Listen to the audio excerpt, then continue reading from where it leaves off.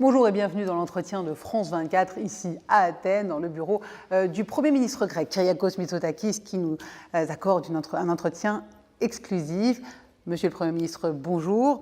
Alors, en marge du sommet de l'OTAN à Bruxelles, vous allez rencontrer le président turc Erdogan. Ce n'est pas une première, vous vous êtes déjà rencontrés. Mais cette rencontre intervient alors que l'été dernier, il y a eu des tensions particulières, notamment en mer Égée, puisque la Turquie menaçait d'effectuer des forages dans l'espace maritime grec. Alors, de quoi est-ce que vous allez parler avec le président Erdogan ? C'est un secret de polichinelle que nous avons des différends importants avec la Turquie, des différends très importants concernant la définition de nos zones maritimes respectives, un problème qui est ancien, qui date de plusieurs dizaines d'années. Nous devons trouver un moyen de gérer nos différends, et ce, sans provoquer de tensions qui peuvent dégénérer, afin d'éviter ce qui s'est passé l'été dernier. Et je pense que pour ce faire, il faut convenir d'un cadre commun, un cadre qui doit être celui du respect des prémices du droit international et des relations de bon voisinage, afin de pouvoir vivre tranquillement côte à côte avec la Turquie. Nous devons donc trouver un moyen, même si nous sommes en désaccord, trouver un moyen de continuer à parler pour gérer nos désaccords d'une manière civilisée. Et il y a d'autres champs dans lesquels nous pouvons coopérer avec la Turquie. Nous avons des intérêts économiques communs et nous devrions partager les mêmes inquiétudes concernant le changement climatique, qui est une menace commune à tous les pays de la Méditerranée orientale. Et bien sûr, nous avons également besoin de gérer ensemble le problème migratoire. La Grèce est un membre de l'Union européenne, c'est la frontière extérieure de l'Union européenne. Ce que nous voulons faire, c'est travailler avec la Turquie pour résoudre ce problème en tant que voisin, mais aussi en tant que membre de l'Union européenne. Alors justement, qu'est-ce que vous attendez du nouveau président américain Joe Biden, mais aussi de l'OTAN sur ce dossier gréco-turc, sachant que la Grèce dépense plus de 2% du PIB, de son PIB dans l'artillerie, et que vous venez justement de faire de nouveaux achats en matière militaire. Donc dans ce cadre-là, qu'est-ce que vous attendez de l'OTAN et de Joe Biden ? Tout d'abord, je suis très heureux que le nouveau président américain adhère au concept du multilatéralisme, à un ordre international basé sur le droit. C'est véritablement un vent nouveau qui souffle sur les relations transatlantiques. Vous avez raison de dire que la Grèce a été un membre loyal de l'Alliance pour de nombreuses années. Nous sommes l'un des rares pays qui systématiquement a été au-delà de son engagement à dépenser au moins 2% de son PIB en termes de dépenses militaires. Et nous avons fait, au cours des 2 mois écoulés, des dépenses importantes pour augmenter nos capacités militaires. Je pense que nous échangerons sur l'évolution de l'OTAN, sur la façon de gérer de nouvelles menaces hybrides, sur la façon de prendre en compte les différents défis tels que le changement climatique et le Covid. Et enfin, peut-être que nous parlerons sur la façon de nous adapter à un environnement géopolitique changeant, environnement dans lequel des démocraties sont menacées par des pays qui ont des comportements autoritaires et aucun respect pour le droit international. Voilà quelques-uns des enjeux dont je pense qu'ils seront à l'ordre du jour du sommet ce lundi à Bruxelles. Et spécifiquement sur le dossier gréco-turc ? Nous sommes tous les 2 membres de l'Alliance. Bien entendu, lorsque nous avons des différends en tant que membres de l'Alliance, comme je vous l'ai dit, nous devons résoudre ces différends de manière pacifique. Si tel n'est pas le cas, si les différends provoquent des tensions, eh bien, le résultat est négatif pour l'ensemble de l'Alliance. Mais au bout du compte, il nous revient, Grèce, Turquie, de gérer ces tensions, mais il revient également à l'Europe de s'en occuper. Je pense ici à l'Union européenne. Il revient à l'Union européenne d'envoyer un signal très clair sur ce qui se passe en Méditerranée orientale. Ce qui se passe vis-à-vis de la Grèce, vis-à-vis de Chypre, a des influences sur les relations entre l'Union européenne et la Turquie. Je pense que ce message a été envoyé très clairement par le Conseil européen dans ses dernières conclusions. Alors, venons-en à l'Union européenne, puisque au dernier sommet européen, les pays membres sont presque arrivés à un accord pour émettre des sanctions contre la Turquie, et finalement, ça n'a pas eu lieu. On a senti une menace de la Turquie envers les Européens sur le dossier migratoire. Justement, la Turquie qui, je rappelle, menace très souvent d'envahir, je cite les propos du président Erdogan, d'envahir l'Europe de ces 4 millions de réfugiés qui sont sur son territoire. Est-ce que c'est ce dont vous avez peur? Je n'ai peur de rien.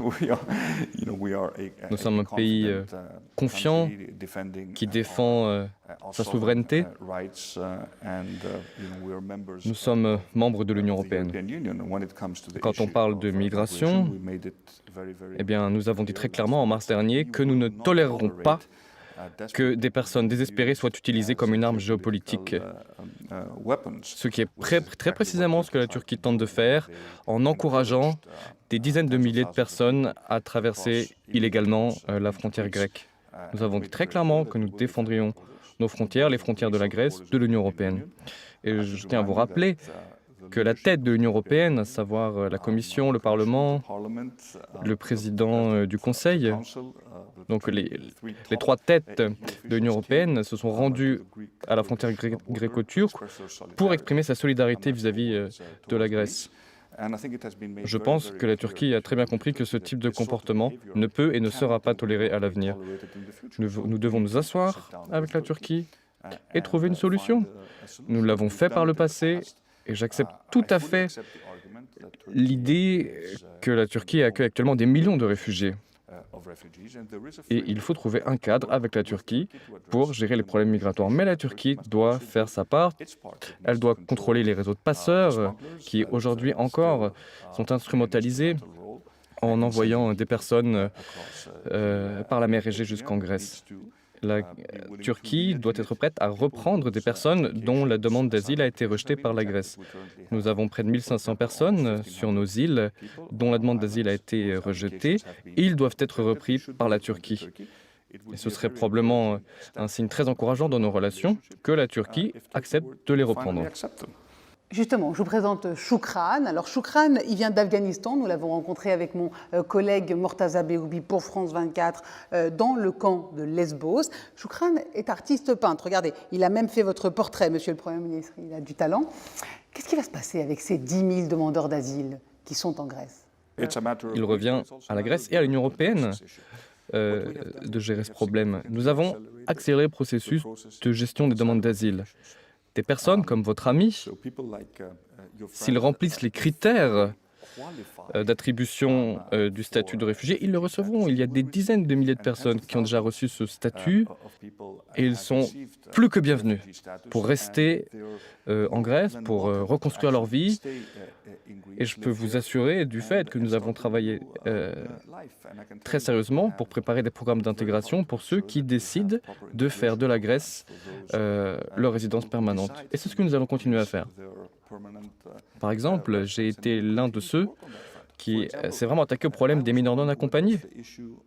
Quand je suis arrivé, la situation était absolument terrible. Des enfants, des adolescents dans des camps, dans des conditions inacceptables.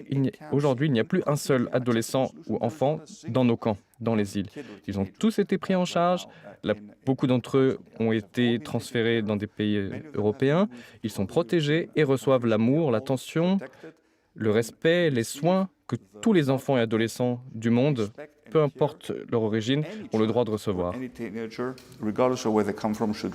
Alors, donc, rapidement, votre gouvernement tout de même a décidé de s'armer, d'avoir un nouvel attirail pour repousser les migrants à la frontière nord. Au même moment, les accusations de repoussement de réfugiés par les gardes-côtes grecs, mais aussi par Frontex, se multiplient par les ONG. Quelle est la stratégie de la Grèce? Qu'est-ce que vous répondez à tout ça?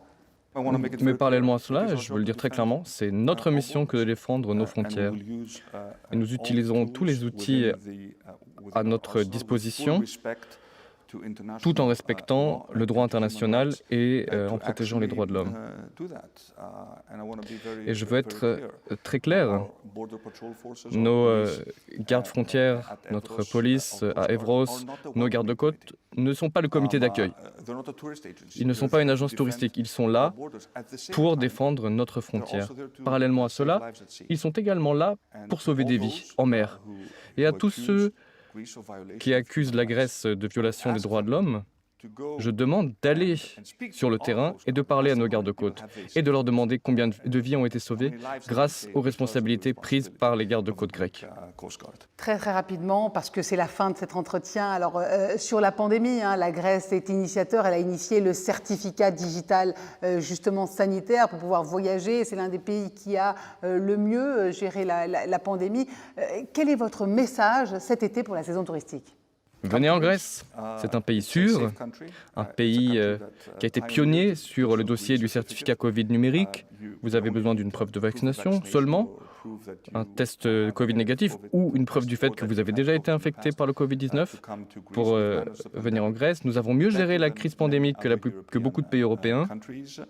Nous avons ouvert le pays au tourisme et les touristes doivent se sentir en sécurité et les bienvenus. Et je suis certain que de nombreux Français qui aiment beaucoup la Grèce choisiront de se rendre en Grèce cet été et je peux leur garantir qu'ils auront une fantastique expérience. Kyriakos Mitsotakis, Monsieur le Premier ministre, merci. La suite des programmes tout de suite sur France 24.